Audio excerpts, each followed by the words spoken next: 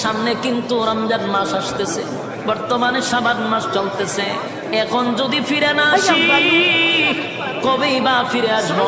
এই রহমতের মাস, বরকতের মাস চলে যাচ্ছে। এখন থেকে তওবা করা দরকার।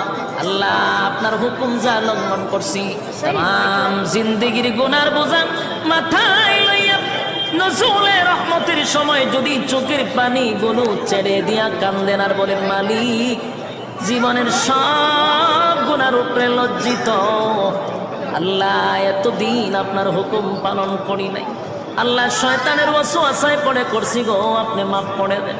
চোখের পানিগুলো ছেড়ে দিয়া যদি আল্লাহর দরবারে আপনি দরখাস্ত করেন, আমার আল্লাহ বলেন বান্দারে যৌবনকালে যদি একবার ডাক দেস আমি 70 বার বান্দা তোর ডাকে জবাব দিই।